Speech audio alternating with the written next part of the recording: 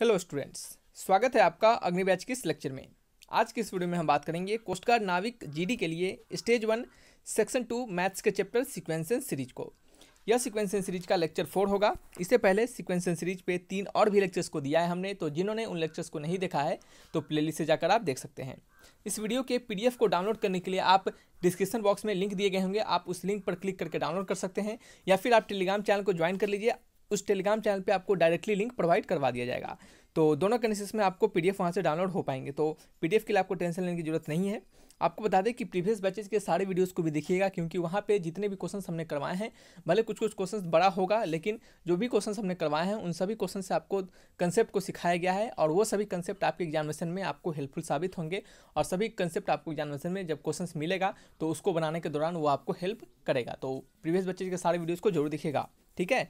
और बता दें आपको कि इस बार हमारा टारगेट है कि 200 प्लस बच्चे यहाँ से सेलेक्ट हो पाए, तो प्लीज़ आप भी मेहनत कीजिए और हम भी आपके लिए मेहनत करेंगे, ठीक है। तो ज़्यादा से ज़्यादा वीडियोस को देखिए। आप अगर वीडियोस को कम देखते हैं, इस कारण से वीडियो का एफिशिएंसी जो होता है, डालने का एफिशिएंसी, वो कम हो जाता है। अगर आप ज़्यादा नंबर ऑफ वीडियोस को देखेंगे, ज़्यादा मोर टाइम्स देखेंगे, तो हमें भी लगेगा कि आप पढ़ाई की तरफ फोकस्ड है, तो मोर नंबर ऑफ वीडियोज़ आपको देना हमें भी पड़ेगा, ठीक है। तो आप ज़्यादा से ज़्यादा हमें भी सपोर्ट करें ताकि आपके लिए हम रेगुलर वर्क कर सकें। चलिए तो स्टार्ट करते हैं अपने वीडियो लेक्चर्स को। पीडीएफ के लिए हमने आपको बताया कि डिस्क्रिप्शन बॉक्स से लिंक होगा, वहाँ पे क्लिक करके डाउनलोड कर सकते हैं, या फिर आप टेलीग्राम चैनल को ज्वाइन कर लीजिएगा। उसके लिंक भी डिस्क्रिप्शन बॉक्स में दिए गए होंगे, आपको वहाँ पे सीधे प्रोवाइड करवा दिया जाएगा पीडीएफ, ठीक है। नेक्स्ट क्वेश्चन है आपका, यहाँ पे हम बात करेंगे क्वेश्चन नंबर 1 के बारे में। पहला क्वेश्चन है, कहा जा रहा है कि इफ़ यानी यदि 1x, y, z, 16 are in geometric progression यानी जीपी में, ठीक है, then what is the value of x plus Y plus Z. तो x plus Y plus Z का वैल्यू क्या होगा, ठीक है। अगर हमारा 1x, y, z प्लस 16 16 क्या है, अगर ज्योमेट्री प्रोग्रेशन में है, तो हमारा x plus Y plus Z का वैल्यू क्या होगा। तो कैसे फाइंड करेंगे, हम इसे कैसे फाइंड करेंगे। तो अगर हमारा ज्योमेट्रिक प्रोग्रेशन में है ये सभी वर्ड्स, तो हम क्या कर सकते हैं, अगर हम लेट करते हैं कि कॉमन रेशियो हमारा उस जीपी का क्या है, आर है, तो फर्स्ट टर्म उस जीपी के फर्स्ट टर्म को हम क्या लिख सकते हैं, उस जीपी के फर्स्ट टर्म को हम क्या लिख सकते हैं, उस जीपी के फर्स्ट टर्म को हम लिख सकते हैं, जैसे एक अगर उसका फर्स्ट टर्म है जीपी का, तो उसको हम 1 के बराबर लिख सकते हैं, क्योंकि यहाँ पे हमारा पहला टर्म 1 दिया गया है। देन फिर हम उसके सेकेंड टर्म, यानी अगर हम बात करें T1 T2 करके, ठीक है, तो T1 को इसको 1 लिख सकते हैं, T2 को हम क्या लिख सकते हैं, T2 को हम लिख सकते हैं x के बराबर, और यह x को आप क्या लिख सकते हैं, a इंटू आर, क्या लिख सकते हैं, a इंटू आर, ठीक है। फिर आपका नेक्स्ट क्या है, आपका T3 तीसरा टर्म जो कि y के बराबर है, और आप T3 को यानी y को क्या लिख सकते हैं, आप लिख सकते हैं इसे first term a into R पे आर का स्क्वायर। यानी देखिए, किसी भी एपी के टर्म को लिखने का तरीका होता है a इंटू आर पे पावर n-1। अगर सेकंड टर्म है तो क्या होगा, n-1 यानी एक घट जाएगा, तो 2-1 यानी 1 हो जाएगा। थर्ड टर्म है तो 3-1 यानी क्या हो जाएगा, 2 हो जाएगा। इसका आंसर a आर स्क्वायर लिखा गया है, ठीक है। तो यहाँ पे है, तो देन फिर यहाँ पे आपको आप अगर थोड़ा सा अच्छे से लिखिए तो T2 को आप x लिख सकते हैं, और x को a इंटू आर, और a का वैल्यू क्या है आपका, a का वैल्यू 1 के बराबर है। तो ये क्या हो गया आपका, ये सिंपली आप इसको a लिख सकते हैं और 1 लिख सकते हैं, तो a का वैल्यू 1 डालेंगे तो ये r हो जाएगा। T3 का वैल्यू क्या हो जाएगा, y के बराबर, और ये आर स्क्वायर के बराबर हो जाएगा। उसी प्रकार T4 का वैल्यू क्या हो जाएगा, z के बराबर, जो कि a इंटू आर पे पावर 3 हो जाएगा, और ये आर क्यूब के बराबर हो जाएगा। और यहाँ पे T5 का वैल्यू हो जाएगा आपका 16 के बराबर, जो कि क्या हो जाएगा, आर पे पावर किसके बराबर, 4 के बराबर हो जाएगा, ठीक है। तो यहाँ से आपको सारे वैल्यू आपको प्रोवाइड हो गए, ठीक है। तो यहाँ से अगर आप 16 को आप अगर इसको प्राइम फैक्टराइजेशन करें 16 का, तो आप इसको 2 टू द पावर 4 लिख सकते हैं, और यहाँ पे r टू द पावर 4 पहले से है। अगर यहाँ से अगर आप कंपेरिजन करते हैं तो ये r वैल्यू किसके बराबर हो जाएगा, 2 के बराबर हो जाएगा। तो r इक्वल टू यहाँ से हमें 2 मिल गया, r इक्वल टू वैल्यू हमें क्या मिल गया, 2 मिल गया। हमें क्वेश्चन में पूछा जा रहा है, ये क्वेश्चन नंबर 1 का है, ठीक है। चलिए, हमें क्वेश्चन में पूछा जा रहा है कि x plus Y plus Z, X plus Y plus Z, और यहाँ पे x plus Y plus Z का वैल्यू हमने निकाल के रखा है, जो कि है वैल्यू हमारा कहाँ पे है, ये r है, आर स्क्वायर है, और आर क्यूब है, ठीक है। ये 3 हमारा वैल्यू है x plus Y plus Z का। तो यहाँ पे आर स्क्वायर आर क्यूब, तो यहाँ पे डालेंगे आर स्क्वायर आर क्यूब।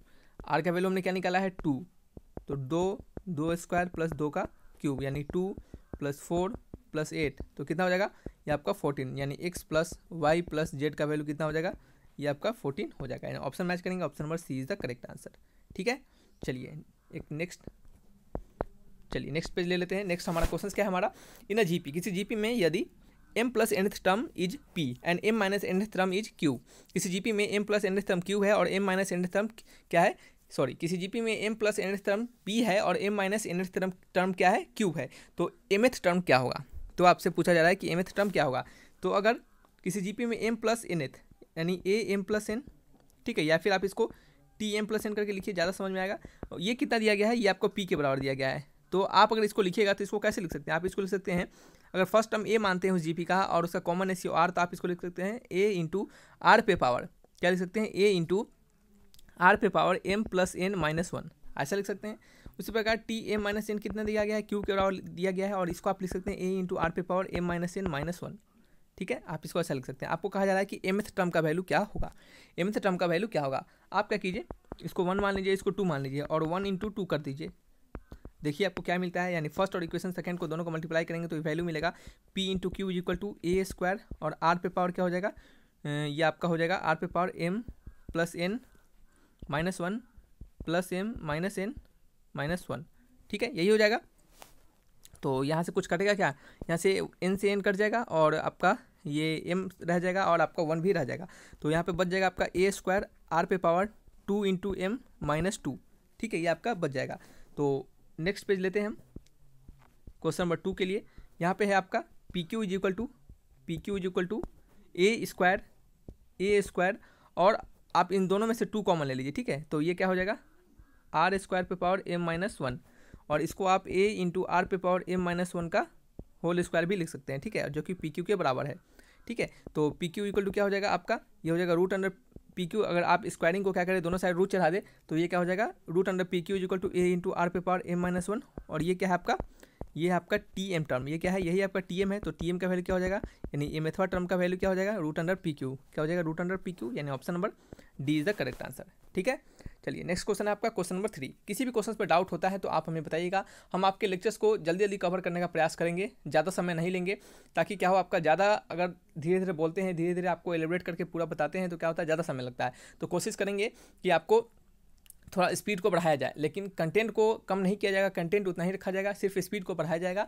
तो आप स्पीड को क्या कर सकते हैं, स्लो करके भी देख सकते हैं। अगर आपको स्पीड सही लग रहा है तो कमेंट बॉक्स में लिखिएगा कि हाँ सर स्पीड सही है, अगर आपको स्पीड फास्ट लग रहा है तो ये भी लिखिएगा, और प्रयास किया जाएगा कि स्पीड को थोड़ा स्लो भी किया जाए, ठीक है। तो क्वेश्चन यहाँ पे है question number 3, the series root under 2 + 1, 1 root under 2 - 1 is in. कहा जा रहा है कि ये जो दिए गए सीरीज हैं ये किस में है, ये कौन से सीरीज में, AP, HP, GP क्या है ये, ठीक है। तो हम इसको देखते हैं आखिर है ये क्या। तो आपको बता दें कि अगर A B C हमारा अगर AP में रहे, कंसेप्ट को सीखिएगा, तो B - A is equal to C - B, ठीक है, ये ऐसा होता है। या फिर आप 2 times of B is equal to A + C लिख सकते हैं, ये एक कंसेप्ट है। दूसरा कंसेप्ट सीखिएगा, यहाँ पे है अगर A B C अगर क्या है हमारे GP में है, ठीक है, तो यहाँ से हम लिख सकते हैं B² is equal to AC। चलिए एक और बता दें आपको, यहाँ से आप लिख सकते हैं इसको कि B/A is equal to C/B, ठीक है। और आप क्या लिख सकते हैं, और आप लिख सकते हैं B² is equal to A times of C। ये क्या होता है, कंसेप्ट होता है, ठीक है, ये आपका कंसेप्ट होता है। तो यहाँ पे आपको क्वेश्चन में दिया जा रहा है, क्वेश्चन में क्या दिया जा रहा है, क्वेश्चन में दिया जा रहा है root under 2 + 1, root under 2 + 1, 1 root under 2 - 1, ये किस में है। तो हम क्या करेंगे, सबसे पहले अगर इसको A, इसको B और इसको C मान लेते हैं, तो B/A निकाल के देखते हैं, यानी 1/√2 + 1, इसको क्या करेंगे, √2 - 1/√2 - 1 से मल्टीप्लाई करेंगे, यानी इसको रेशनलाइज कर देंगे, तो वैल्यू हो जाएगा √2 - 1, और नीचे हो जाएगा 2 - 1, यानी √2 + 1 √2 - 1 आपका क्या आ जाएगा। उसी प्रकार आप C/B निकाल के देख लीजिए, तो C/B निकालते हैं तो √2 - 1/1, यानी क्या हो जाएगा, √2 - 1 के बराबर हो जाएगा। तो यहाँ से आपको दिख रहा है, क्या दिख रहा है कि B/A is equal to C/B, यानी इसका कहने का मतलब है कि B² इज इक्वल टू क्या है, A टाइम्स ऑफ C है। तो हमारा वैल्यू क्या है आपका, ये GP में, यानी ये GP के कंडीशन को सेटिस्फाई कर रहा है। तो आंसर क्या होगा, ऑप्शन नंबर B होगा, ठीक है। चलिए नेक्स्ट क्वेश्चन है क्वेश्चन नंबर 4। इसमें क्या कहा जा रहा है, इसमें कहा जा रहा है कि what is the sum of series 1 - 1/2 + 1/4 - 1/8 up to आगे तक, ठीक है, इन्फिनिटी तक। यहाँ पे कुछ नहीं दिया गया n का वैल्यू, तो हम इसको इन्फिनिटी अज्यूम कर सकते हैं। तो यहाँ तक आपको बताना है कि इस सीरीज के सम क्या होंगे। तो सबसे पहले तो इस सीरीज को वॉच करना पड़ेगा। देखिए बहुत सारे टाइप के सीरीज होते हैं, आपको आपने आपके सिलेबस में AP है, GP है, HP है, और समटाइम्स आपके सिलेबस में AGP भी पूछ दिया जाता है। यानी AGP कहने का मतलब अर्थमेटिक ज्योमेट्रिक प्रोग्रेशन, ठीक है, जिसमें आपका AP भी शामिल होगा और GP भी शामिल होगा, ठीक है। तो इससे रिलेटेड भी क्वेश्चंस कभी कभी आपसे पूछ दिए जाते हैं, ठीक है।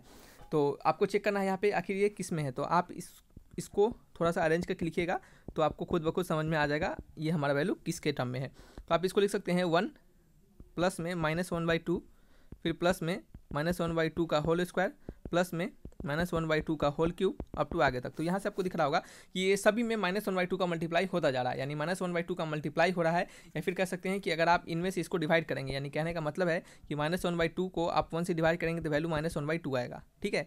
फिर आप इसमें से इसको डिवाइड कीजिएगा, तो -1/2 का होल स्क्वायर अपॉन क्या करेंगे, -1/2 करेंगे, तो ये वैल्यू कट के क्या हो जाएगा, -1/2 आ जाएगा, ठीक है। तो यहाँ से हमें समझ में आ रहा है कि ये वैल्यू, इनका दोनों का रेशियो आपस में क्या है, कंसेक्यूटिव टर्म का रेशियो क्या है, आपस में बराबर है। तो हम कह सकते हैं कि ये वैल्यू हमारा क्या है, जीपी में है, ठीक है। तो वैल्यू हमें पता चल गया जीपी में है। तो sum of infinite GP, sum of infinite GP का फॉर्मूला हमने प्रीवियस लेक्चर्स में ही बताया है कि सम ऑफ इनफाइनाइट जीपी का फॉर्मूला होता है a/1 - r। ए क्या है, फर्स्ट टर्म है, आर क्या है, कॉमन रेशियो, तो फर्स्ट टर्म 1 है और कॉमन रेशियो क्या है, -1/2 है, ठीक है। और पहले से एक माइनस है यहाँ पे, तो ये क्या हो जाएगा, माइनस माइनस प्लस हो जाएगा। तो वैल्यू क्या हो जाएगा आपका, ये आपका 1/3/2, तो वैल्यू हो जाएगा 2/3। ऑप्शन मैच करेंगे 2/3 और option number D is the correct answer, ठीक है। चलिए नेक्स्ट क्वेश्चन है क्वेश्चन नंबर 5। इसमें कहा जा रहा है कि if G is the geometric mean of X and Y then 1/g² - x² + 1/g² - y² is equal to. अगर आपका जी क्या है, ज्योमेट्रिक मीन है एक्स एंड वाई के बीच, तो आप जी को क्या लिख सकते हैं, √x × y, या फिर आप g² को क्या लिख सकते हैं, x × y, ठीक है। ये आपको पहले समझ में आना चाहिए एकदम। यहाँ पे ज्योमेट्रिक मीन जी कह दिया तो आपको सबसे पहले तो ये क्लिक हो जाना चाहिए कि हाँ g² = x × y होगा। यहाँ पे आपको दिया जा रहा है 1/, क्या दिया जा रहा है, 1/g² - x² + 1/g² - y², इसका वैल्यू, ठीक है, माइनस है यहाँ पे। तो सबसे पहले तो हम क्या करेंगे, इसका g² की जगह पे x × y पुट कर देंगे, ताकि क्या हो, हमारे सारे जो वैल्यू हैं ये सभी ये क्या हो, x y के टर्म में आ जाए। तो हम यहाँ पे लिखेंगे 1/xy - x² प्लस में 1/xy - y², ठीक है, इक्वल टू, क्या लिखेंगे, इक्वल टू। नीचे से कुछ कॉमन आएगा क्या, नीचे से कुछ कॉमन आएगा, यहाँ से अगर हम x कॉमन ले लें तो क्या हो जाएगा, यहाँ से x कॉमन ले लें तो y - x हो जाएगा प्लस में, और यहाँ से हम y कॉमन ले लें तो x - y हो जाएगा, ठीक है। तो यहाँ से अगर हम 1/x - y कॉमन ले लें तो वैल्यू हमारा क्या हो जाएगा, ये हमारा वैल्यू हो जाएगा 1/x + 1/y, ठीक है। ये माइनस क्यों होगा, क्योंकि यहाँ पे y - x है और हमने x - y कॉमन लिया, सो हमें इसमें से एक माइनस कॉमन लेना पड़ेगा, ताकि क्या हो, x - y इसमें से कॉमन हम ले पाए, ठीक है। तो ऐसा हमने किया। देन फिर क्या है आपका, ये आपका क्वेश्चन नंबर 5 का पेज है, ठीक है।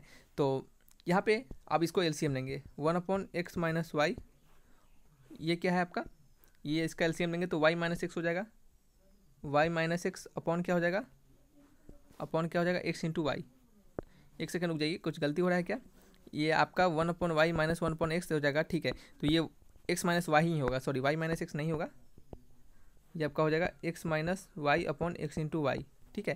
तो x - y से x - y कट गया, वैल्यू आ गया 1/x × y, और 1/x × y कहने का मतलब आप x × y को क्या लिख सकते हैं, g², तो 1/g² इसको लिख सकते हैं। तो आंसर मैच करेंगे 1/g², ऑप्शन नंबर बी क्या है, करेक्ट आंसर है, ठीक है। चलिए नेक्स्ट क्वेश्चन है क्वेश्चन नंबर 6। इसमें कहा जा रहा है कि इन अ ज्योमेट्रिक प्रोग्रेशन, यानी किसी जीपी में विथ फर्स्ट टर्म ए, उसका फर्स्ट टर्म क्या है, ए है, एंड कॉमन रेशियो आर है, तो what is the arithmetic mean of first 5 term, तो उसके अर्थमेटिक मीन, फर्स्ट 5 टर्म के अर्थमेटिक मीन क्या होंगे, ठीक है। अर्थमेटिक मीन कैसे निकालते हैं, अर्थमेटिक मीन क्या होता है, हमने आपको बताया है प्रीवियस लेक्चर में, ठीक है। तो वहाँ से आपको शायद एकदम प्रीवियस लेक्चर के क्वेश्चन नंबर 1 में, यानी लेक्चर नंबर 3 के सीक्वेंस सीरीज के लेक्चर नंबर 3 के फर्स्ट नंबर क्वेश्चन में ही हमने आपको वहाँ पे बताया था। तो फर्स्ट क्या लिखा रहा है, फर्स्ट 5 टर्म किसी ज्योमेट्रिक प्रोग्रेशन का, तो मानते हैं कि 5 टर्म्स जो ज्योमेट्रिक प्रोग्रेशन का वो क्या होगा, तो यहाँ पर लिखेंगे हम first 5 terms of GP R. पहला 5 टर्म उस जीपी का मानते हैं A R square, comma AR Q 1 2 3 4 और a⁴ 5, ठीक है, एक कम हो जाएगा। तो यहाँ पे क्या हो गया, a × r⁴। आपको अर्थमेटिक मीन निकालना है। अर्थमेटिक मीन हमने आपको बताया था कि SN अपॉन क्या होता है, total terms, SN upon total term, यानी टोटल SN अप कहने का मतलब कि उस AP में किसी AP के अर्थमेटिक मीन को निकालने का, कुछ टर्म के अर्थमेटिक मीन को निकालने का तरीका हमने आपको बताया था कि जितने टर्म के अर्थमेटिक मीन को निकालने के लिए कहा जा रहा है उन सभी टर्म्स के सम ले लीजिए, अपॉन क्या कर दीजिए, नीचे टोटल टर्म्स कर दीजिए, यानी कितने नंबर ऑफ टर्म्स है उसको बराबर नीचे लिख दीजिए। तो इसके 5 टर्म्स के आपको AM निकालना है, तो 5 टर्म को सम कर देंगे, A + AR + AR² + AR³ + AR⁴ upon क्या करेंगे, नीचे टोटल नंबर टर्म्स जो कि 5 है, और उसके बराबर यहाँ पे लिख देंगे। ये क्या है आपका, ये आपको दिख रहा है, ये जीपी है, क्या है, जीपी है, तो यानी आपको ऊपर क्या लगाना है, जीपी का सम लगाना है, ठीक है। क्वेश्चन नंबर 6, तो जीपी का सम का फॉर्मूला क्या होता है, हमने आपको बताया है, जीपी का सम ऑफ जीपी क्या होता है, a × r⁴n - 1 अपॉन r - 1, ठीक है। तो ये आपका फॉर्मूला होता है जीपी का। तो यहाँ पे लगाएंगे हम am इज इक्वल टू क्या हो जाएगा, am इज इक्वल टू यहाँ पे लगाएंगे a r पे power n-1 upon r-1। Total term क्या है नीचे 5 है, टोटल टर्म नीचे क्या है आपका 5 है। तो यहाँ वैल्यू क्या हो जाएगा, वैल्यू हो जाएगा आपका a इंटू आर पे पावर 5-1, और सॉरी यहाँ पे आप n के जगह पे 5 डाल दीजिए, क्यों, क्योंकि नंबर ऑफ टर्म्स कितने हैं 5 दिए गए हैं, तो यहाँ पे 5 डाल दिए तो आर पे पावर 5-1 अपॉन 5 इंटू r-1। ठीक है, यही आपका आंसर होगा। ऑप्शन मैच कीजिएगा, ऑप्शन नंबर कौन सा मैच कर रहा है, ऑप्शन नंबर सी क्या है करेक्ट आंसर है। ठीक है, चलिए नेक्स्ट क्वेश्चन की ओर बढ़ते हैं। क्वेश्चन नंबर 7, इसमें कहा जा रहा है कि यदि P Q R are in AP, अगर पी क्यू आर क्या है हमारे एपी में है, तो पी क्यू आर अगर एपी में है तो कहने का मतलब है क्यू का वैल्यू क्या होगा, पी प्लस आर अपॉन 2, आप ऐसा लिख सकते हैं। ठीक है, अर्थमेटिक मीन से अगर A is G M between P and Q, अगर ए क्या है, ए जो है ज्योमेट्रिक मीन है पी एंड क्यू के बीच का, तो आप ए स्क्वायर इक्वल टू क्या लिख सकते हैं, पी इंटू क्यू। अगर ए हमारा ज्योमेट्रिक मीन है पी एंड क्यू के बीच का, तो आप ए स्क्वायर को पी इंटू क्यू लिख सकते हैं। ठीक है, आपको सभी को बाद में रिलेट करना पड़ेगा, इस कारण से आप सभी को क्वेश्चन पढ़िए और लिखते चलिए। फिर कहा जा रहा है कि B is the geometric mean between Q and R, B जो है ज्योमेट्रिक मीन है क्यू और आर के बीच का, यानी कहने का मतलब है कि B square equal to Q into R लिख सकते हैं। ये इक्वेशन थर्ड मान लीजिए। तो then A square Q square B square R in, तो फिर आपसे कहा जा रहा है कि ए स्क्वायर क्यू स्क्वायर और बी स्क्वायर ये हमारे किस में होंगे, एपी में, जीपी में, एचपी में, किन में होंगे। ठीक है, तो चलिए देखते हैं किन में होंगे। हम क्या कर सकते हैं यहाँ से, हम A square Q square B square, यानी कहने का मतलब है कि ए क्यू और बी, यानी कहने का मतलब यहाँ से यही है कि अगर हम पी और आर को इन सभी इक्वेशंस में से अगर हटा दे, पी और आर को इन सारे इक्वेशंस में से अगर हम एलिब्रेट कर दे, तो हमारा वैल्यू ए और क्यू और बी के टर्म में मिल सकता है। ठीक है, तो सबसे पहले तो हम कोशिश करेंगे कि हमें जो दिया गया है हम उसके टर्म में लाएं, यानी ए स्क्वायर बी स्क्वायर और क्यू स्क्वायर है इनके टर्म में लाएं। तो इनके टर्म में लाने के लिए पी और आर को हटाना पड़ेगा। तो पी और आर कैसे हटेगा, तो यहाँ से आप लिखिए, यहाँ से क्या लिखिएगा, यहाँ से अगर हम पी का वैल्यू निकालें तो ए स्क्वायर अपॉन क्यू हो जाएगा, और यहाँ से हम आर का वैल्यू निकालें तो बी स्क्वायर अपॉन क्यू हो जाएगा। अगर आप इसको थोड़ा सा अरेंज कीजिएगा तो ये 2 times of Q is equal to P plus R हो जाएगा। ठीक है, हम क्या करें, इस पी और आर का वैल्यू इसमें पुट कर देंगे तो हमारा सारा वैल्यू ए और क्यू और क्या आएगा, बी के टर्म में आ जाएगा, जो कि हमें यहाँ पे दिया जा रहा है। और देन फिर हम उसमें देख लेंगे कि रिलेशन हमारा क्या मिल रहा है। ठीक है, तो चलिए देख लेते हैं। क्वेश्चन नंबर 7 का है, तो यहाँ पे वैल्यू डाल देंगे 2 times of Q is equal to A square upon Q, A square upon Q, और ये क्या है B square upon Q, B square upon Q. तो ये क्यू आ गया इधर, तो 2 क्यू स्क्वायर इक्वल टू क्या हो गया, A square plus B square, यानी क्यू स्क्वायर इक्वल टू क्या हो गया, A square plus B square upon 2, A square plus B square upon 2 के बराबर हो गया। ठीक है, तो यहाँ से हमें क्या पता चल रहा है कि A square comma Q square, ए और क्यू एक ही जैसा लिख रहा है तो गलती हो जा रहा है। ठीक है, तो A square comma Q square comma B square ये किस में होंगे, आपके ए पी में हो गए। ठीक है, मैच कीजिए ऑप्शन नंबर कौन सा है, बी करेक्ट आंसर है। नेक्स्ट क्वेश्चन है क्वेश्चन नंबर 8, इसमें कहा जा रहा है कि the harmonic mean of A upon 1 minus A B and A upon 1 plus A B, इनके बीच का हार्मोनिक मीन क्या होगा।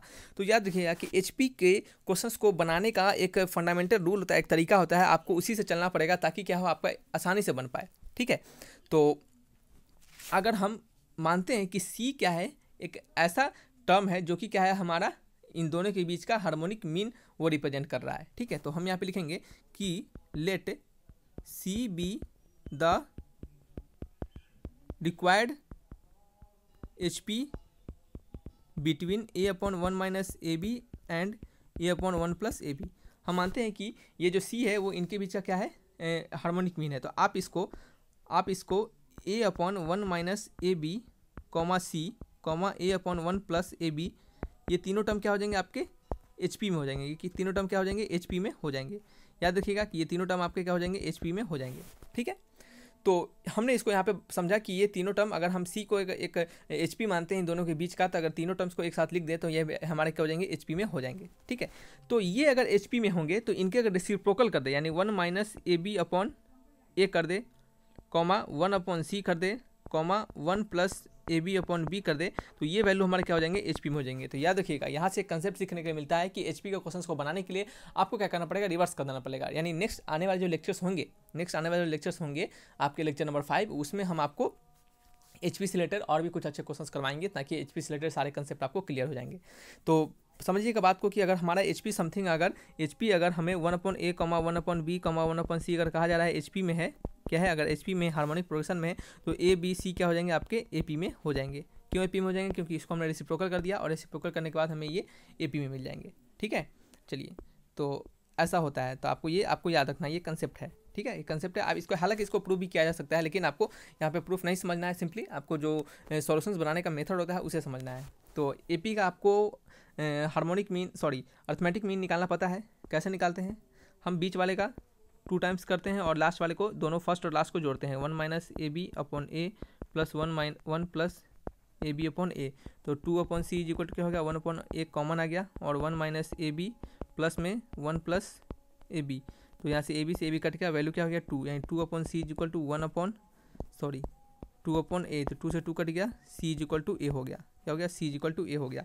ठीक है, तो यहाँ से हमें C का वैल्यू किसके बराबर मिल गया? A के बराबर मिल गया। तो हमें जब C का वैल्यू A के बराबर मिल गया तो हमें क्या पता चला? हमें पता चला कि हमारा जो हार्मोनिक मीन है वो क्या है? आपका A है। ठीक है, अब देखिए, इसको आप 1 अपॉन A नहीं कर दीजिएगा। क्यों नहीं कीजिएगा? क्योंकि हमने C को ही हार्मोनिक मीन माना था, HP माना था। तो हम क्या समझे, यहाँ पे P नहीं होना चाहिए, यहाँ M होना चाहिए। ठीक है, HM है। तो हमने अगर C को ही अगर HM माना है तो हमारा C ही HM होगा, ना कि 1 अपॉन C। ठीक है, चलिए नेक्स्ट क्वेश्चन है आपका, question number 9। The harmonic mean between roots of equation. इस इक्वेशन के रूट्स का आपको हार्मोनिक मीन बताना है। ठीक है, the harmonic mean between the roots of the equation. तो कैसे निकालिएगा? इस इक्वेशन के रूट जो है वो क्या है? हार्मोनिक मीन में। तो याद रखिएगा, हम आपको यहाँ पे एक फॉर्मूला लिखवाते हैं कि अगर ABC क्या है, हमारा, अगर HP में है, हार्मोनिक मीन में है, तो आपको जब इसका हार्मोनिक प्रोग्रेशन में है, तो आपको जब इसका हार्मोनिक मीन निकालने के लिए कहा जाएगा तो आप क्या कीजिए? 2 टाइम्स ऑफ AC को बराबर कर दीजिए A प्लस C के। 2 टाइम्स ऑफ AC को बराबर कर दीजिए A प्लस C के। ठीक है, और यही हार्मोनिक मीन आपको B के बराबर हो जाएगा। ठीक है, चलिए, तो देखिए यहाँ पे हम क्या करेंगे? इसको बनाएंगे। तो सबसे पहले अगर इसके रूट्स, इसके दो रूट्स आएंगे और वो दोनों रूट्स क्या होंगे आपके? आपको इन दोनों रूट्स बताना है। The HM between the roots of, इस दोनों रूट्स के बीच का आपको हार्मोनिक मीन बताना है। तो सबसे पहले तो इसका रूट्स निकालना पड़ेगा, जो कि हमें फैक्टराइजेशन मेथड का अप्लाई करना पड़ेगा। तो फैक्टराइजेशन मेथड अप्लाई करते हैं। तो चलिए करते हैं। तो यहाँ से हमें फैक्टराइजेशन मेथड अप्लाई करने से अच्छा है कि अगर हम माने कि इनका जो रूट्स है अल्फा और बीटा है, तो हार्मोनिक मीन हमारा क्या हो जाएगा? इनके बीच का ही निकालना है हार्मोनिक मीन। तो 2 times of alpha beta upon alpha plus beta कर देंगे तो हमारा हार्मोनिक मीन निकल जाएगा। यहाँ से रूट्स निकाल के भी आप हार्मोनिक मीन निकाल सकते हैं। तो वैसा आप काम क्यों करें? ये आपको काम करने में क्या होगा? परेशानी हो जाएगा। ठीक है, आपको लंबा थोड़ा सा चला जाएगा। तो कहाँ हम ऐसा काम करेंगे? हम क्या करेंगे? दिमाग लगाएंगे। तो हम क्या करेंगे कि हमें अल्फा बीटा चाहिए और अल्फा प्लस बीटा चाहिए। तो अल्फा इंटू बीटा का वैल्यू क्या होता है? आपको ये क्वाड्रेटिक इक्वेशन में हमने बताया भी है प्रीवियस बैचेज में भी। तो अल्फा इंटू बीटा का वैल्यू होता है C/A, यानी 11 अपॉन 1। तो 1 A का, यानी x स्क्वायर का कोफिशिएंट ही A होता है, तो ये 1 है यहाँ पे। अल्फा इंटू बीटा का वैल्यू क्या होगा? -10। क्या है? -10 है। ठीक है, तो याद रखिएगा यहाँ पे आपको मैग्नीट्यूड लेना है, सो आप इसको प्लस में लीजिए। ठीक है, तो 2 5 10, तो वैल्यू हो गया 11/5। वैल्यू आ गया 11/5, यानी हार्मोनिक मीन का वैल्यू क्या हो गया? 11/5। ऑप्शन नंबर कौन सा है? डी करेक्ट आंसर है। ठीक है, आइए नेक्स्ट क्वेश्चन है, क्वेश्चन नंबर 10। इसमें क्या कहा जा रहा है? इसमें कहा जा रहा है आपको कि if the 6th term of HP is 1/16। अगर किसी HP का 6th टर्म जो क्या है वो 1/16 के बराबर है। ठीक है, तो आपसे कहा जा रहा है कि and it's 10th term is 1/105। ठीक है, यानी 1/105। तो then the first term of the HP is, चलिए, तो यहाँ पे कहा जा रहा है कि 6th टर्म किसी HP का 1/16 है एंड 10th टर्म उसी HP का 1/105 है। तो फर्स्ट टर्म ऑफ HP बताना है। तो अगर किसी HP का अगर 6th टर्म, यानी 6th term of HP is equal to क्या हो जाएगा? 1/61 है। तो 6th term of corresponding AP का क्या हो जाएगा आपका? ये 61 के बराबर हो जाएगा। जस्ट रेसिप्रोकल हमने आपको बताया है, जस्ट रेसिप्रोकल। उसी प्रकार से कि अगर 10th टर्म ऑफ HP का 1/105 है, तो 10th टर्म ऑफ AP का क्या हो जाएगा? ये हो जाएगा आपका 105। ठीक है, समझ में आ रहा है आपको? चलिए, तो फिर हम क्या करेंगे यहाँ पे? फिर यहाँ पे हमें निकालना है आपको फर्स्ट टर्म ऑफ HP, उस HP का फर्स्ट टर्म। ठीक है, तो 6th टर्म हमें निकला 61 और 10th टर्म हमें निकला 105। तो किसी AP के TN टर्म को लिखने का तरीका क्या होता है? TN टर्म किसी भी AP का वो होता है आपका A plus n-1 into D। तो यहाँ पे 6th टर्म लिखना है, तो A प्लस n-1 यानी 6-1 इंटू D, यानी 5D इज इक्वल टू क्या हो जाएगा? 61 के बराबर। और 10th टर्म क्या हो जाएगा? A plus 9 into D is equal to कितना होगा? 105 क्या हो जाएगा, 105 हो जाएगा। ठीक है, तो यहाँ से हमें दो वैल्यू है और दो इक्वेशन है, दो ए और डी है वेरिएबल और दो इक्वेशन है, दोनों इक्वेशन से सॉल्व करेंगे। तो यहाँ से हमें इसको 1 मानते हैं और इसको 2, तो यहाँ पे लिखेंगे हम सॉल्विंग फर्स्ट एंड सेकेंड। यहाँ से आपको सॉल्व करके वैल्यू निकालना है। ए इक्वल टू कितना आएगा, ए का वैल्यू आएगा आपका ये 6 और डी का वैल्यू आएगा 11, हमने निकाल के रखा है। सो हमने यहाँ पे लिखा है, आप इसको निकाल लीजिए। यहाँ पे कैलकुलेशन तो हम आपको सिखा नहीं रहे ना, तो जोड़ घटाव तो सिखा नहीं रहे, तो जो जोड़ घटाव यहाँ करके बताएं। तो सिंपली आपको क्या करना पड़ेगा, यहाँ पे डायरेक्टली आप इसको माइनस कर दीजिएगा और देखिएगा एक कट जाएगा, डी का वैल्यू आ जाएगा। जब डी का वैल्यू आएगा तो किसी भी इक्वेशन में पुट करके ए का वैल्यू फाइंड कर लीजिएगा। ठीक है, तो हमें फर्स्ट टर्म मिल गया उस ए पी का। तो ए इक्वल टू 6 क्या है, ये आपका फर्स्ट क्या है, first term of A P का फर्स्ट टर्म है। तो first term of H P क्या हो जाएगा, first, therefore first term of H P क्या हो जाएगा, ये आपका हो जाएगा 1/6, क्या हो जाएगा 1/6 हो जाएगा। ठीक है, तो ऑप्शन मैच कीजिएगा, ऑप्शन नंबर कौन सा है, सी इज़ द करेक्ट आंसर। ठीक है, तो इस तरीके से क्या करना है, आपको इन सभी क्वेश्चंस को बनाना है एचपी वाले रिलेटेड क्वेश्चंस को। आने वाले लेक्चर्स में हम आपको एचपी से रिलेटेड और भी अच्छे क्वेश्चंस करवाएंगे, सो आपको टेंशन लेने की जरूरत नहीं है। इस वीडियो के पीडीएफ को डाउनलोड करने के लिए लिंक में डिस्क्रिप्शन में लिंक दिए गए होंगे, आप उस लिंक पर क्लिक करके डाउनलोड कर सकते हैं, या फिर आप टेलीग्राम चैनल को ज्वाइन कर लीजिए, आपको वहाँ पर डायरेक्टली लिंक हम प्रोवाइड करवाएंगे। सो आपको टेंशन लेने की जरूरत नहीं रहेगी, वहाँ पर आपको सीधे लिंक पर टिपिएगा और आपका डाउनलोड आपका हो जाएगा। तो चलिए रखते हैं इस वीडियो को। Thanks for watching my video, तब तक के लिए बाय बाय।